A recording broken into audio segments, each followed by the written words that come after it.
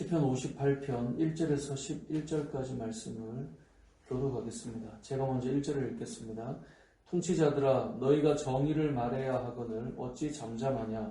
인자들아 너희가 올바르게 판결해야 하거늘 어찌 잠잠하냐.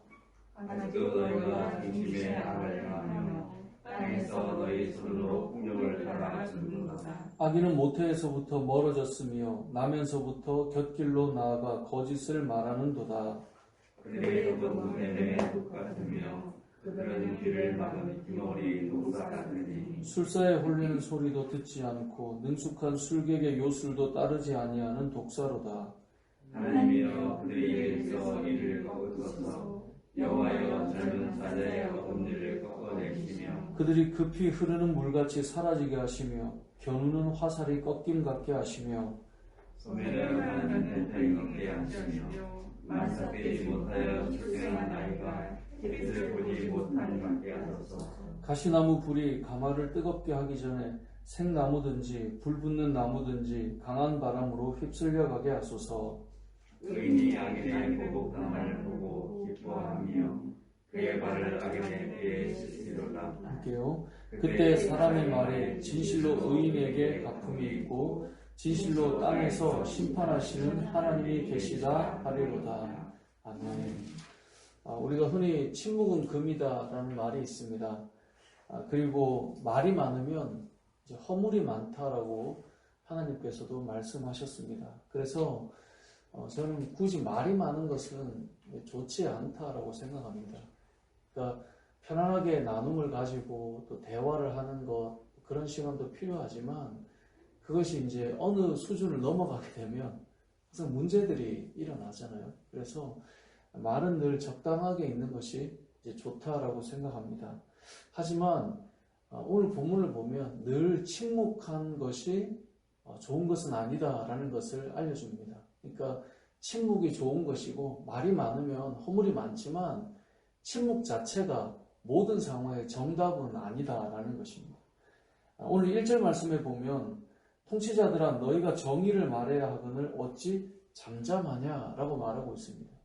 그러니까 정의를 말해줘야 되는데 잠잠한 것이 지금 문제인 거예요. 인자들아 너희가 올바르게 판결해야 하거늘 어찌 잠잠하냐. 그러니까 지금 바른 판단을 이야기해 줘야 되는데 침묵하고 있는 거예요. 그러니까 지금 이 자체를 문제 삼고 있는 것입니다. 어떻게 너희가 지금 말해줘야 되는데 지금 이건 아니라고, 이게 정의라고 말해야 되고 이것이 옳은 것이라고 말해줘야 되는데 왜 잠잠하냐 이겁니다. 근데 그 이유를 2절에서 말씀하고 있는데 2절에 보면 아직도 너희가 중심에 악을 행하며 땅에서 너희 손으로 폭력을 달아준다라고 되어 있습니다. 이들이 잠잠한 이유는 아직도 그들이 악을 행하고 있기 때문에 잠잠하다는 거예요. 이게 뭐냐면 통치자들이 정의를 말해야 되는데 말하지 않아요. 판단해주는 사람이 판단해줘야 되는데 판결을 제대로 내려주지 않아요. 그 이유는 자기들이 아직도 악한 그 일을 행하고 있기 때문에 그렇다라는 것입니다. 자신들이 악을 행하고 있고 자신들이 폭력을 행사하고 있기 때문에 동일한 악함과 폭력과 옳지 않음이 보이는데 침묵하고 있는 거예요. 왜냐하면 내가 그렇게 살고 있기 때문에. 그것이 오늘 본문의 1절, 2절의 내용입니다. 이 땅을 살아가는 우리도 마찬가지입니다. 우리가 악을 행하면 악을 행하는 자리에서 그걸 말해주지 못해요. 우리가 범죄하면 범죄하고 있지만 말을 해주지 못하는 거예요. 내가 그렇게 살아가고 있기 때문에. 그래서 목회자인 저 역시 이제 오늘 말씀을 묵상하면서 저도 이제 뭐 설교학을 배우거나 이제 신학대학원을 다닐 때 배웠던 여러 것들이 많이 생각이 났는데 목회자가 어느 삶의 영역에 범죄에 무너져 있으면 그 부분에 설교하기가 너무 어려운 거예요. 왜냐하면 내가 그렇게 살고 있는데 막 성도에게 이렇게 살아야 됩니다. 그러니까 말한다는 것 자체가 사실 어려운 것이죠. 결국은 세상을 잘 보면 세상이 왜 침묵하고 넘어가 줄까요? 그 부분에 나도 똑같은 문제를 안고 있기 때문에 그래요. 왜냐하면 똑같이 판결을 해버리면 그 칼이 나에게 돌아오거든요. 그래서 침묵하고 있는 것에 대해서 외치고 있는 것입니다. 세상이 돌아가는 이치, 권세자들, 힘을 가진 자들, 여러분 지금도 세상이 돌아가는 걸 보면 문제들이 늘 일어날 때 침묵하고 있다? 아니, 지금 저 사람이 왜 침묵하고 있지? 그것은 그 안에 담겨있는 자신의 문제를 안고 있는 거예요. 부끄러워도 부끄러운 줄 모르고 그냥 세상의 이익들을 얻어가고 싶으니까 흘러가는 것이죠. 오늘 본문에 그 이야기를 하고 있는 것입니다. 그러면서 오늘 이 본문에 다윗이 기도하고 있는 거예요. 그런 자들에 대해서 하나님 심판해 달라는 거예요. 다윗의 기도를 보면 사실 좀 무서운 이 악한 자들을 향하여 기도하는 것이 좀 무서울 정도로 표현들이 많이 되어 있죠. 그래서 3절부터 보면 그들이 이러이러한데 하나님 그들의 입에서 이를 꺾으시고 젊은 사자의 어금니를 꺾어내시고 그들이 급히 흐르는 물같이 사라지게 하시고 막 화살이 꺾이는 것처럼 꺾이게 하시고 소멸하여 가는 달팽이 같게 하시고 쫙 나오는 거예요. 어떻게 저럴 수 있습니까? 하나님 그냥 있으면 안 되는 거 아닙니까? 그렇게 구하고 있는 것입니다.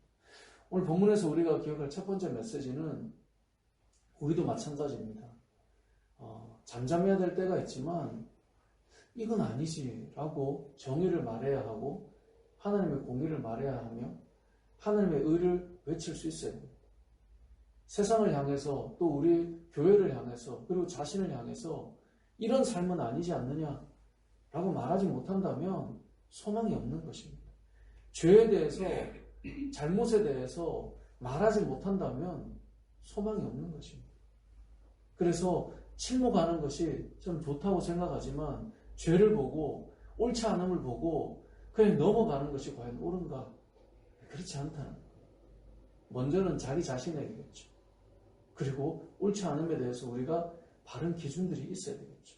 그리고 그렇게 살아가는 세상을 바라볼 때 우리는 또 기도하게 됩니다. 하나님의 공의가 세워질 사람들이 설 수 있도록 구해야 되는 것이죠.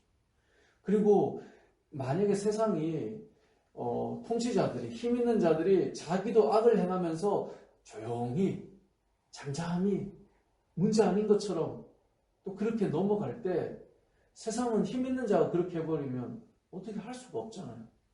근데 세상 권세자가 가장 높은 위치에 있는 게 아니죠. 오늘 시편 58편의 제일 끝에 보면 어떻게 끝이 납니까? 11절을 같이 한번 읽어보겠습니다. 시작. 그때 사람의 말이 진실로 의인에게 갚음이 있고 진실로 땅에서 심판하시는 하나님이 계시다 하리로다. 아멘. 그때라는 건 우리 앞에 중반부에 보면 악인들을 심판하신 하나님의 그 심판을 보고 그때에 사람들이 말하는 거예요. 진실로 의인에게 갚음이 있구나. 그러면서 결론이 뭐냐면 진실로 땅에서 심판하시는 하나님이 계시다 하리로다.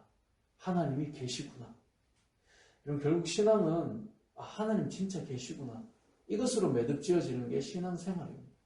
저와 여러분이 이 땅을 살아가면서 신앙생활 할 때 결론이 뭡니까? 하나님 진짜 계셔.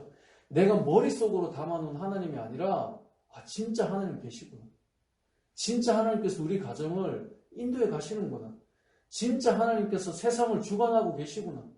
세상은 저렇게 때로는 외치다가 때로는 침묵하다가 다 자기의 악을 행하는 것을 향해 나가지만 결국 하나님 계시구나. 이것이 결론입니다. 다윗이 왜 믿음의 사람이고 하나님의 마음에 합한 사람일까요? 그를 보면 그는 결국은 이 고백을 합니다. 하나님 계시다. 여러분, 하나님은 살아계십니다.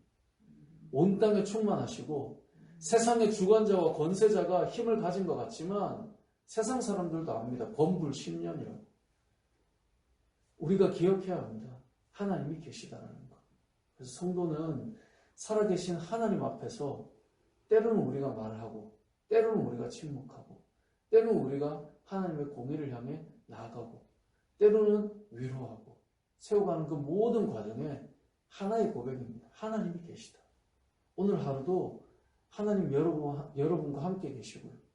여러분의 삶의 영역에 함께 거하시고 세상의 힘이 움직이는 것 같지만 어제 우리가 말씀을 통해 나눴잖아요. 베드로가 나는 아니다라고 고백하는 그 중심에 예수님의 십자가 고난을 묵상하고 따라가는 건 좋아도 나에게 그 고난이 십자가의 고난이 넘어오는 건 싫어서 부인하고 나는 아니라고 멀찍이 가는 것 그게 우리 인생 같아 보이는데 여러분 하나님이 우리 삶 가운데 계시다는 것을 기억하시고 오늘 이 시편 58편의 11절에 하나님 그때에 사람들이 하나님이 계셨구나 이렇게 고백하게 해주십시오.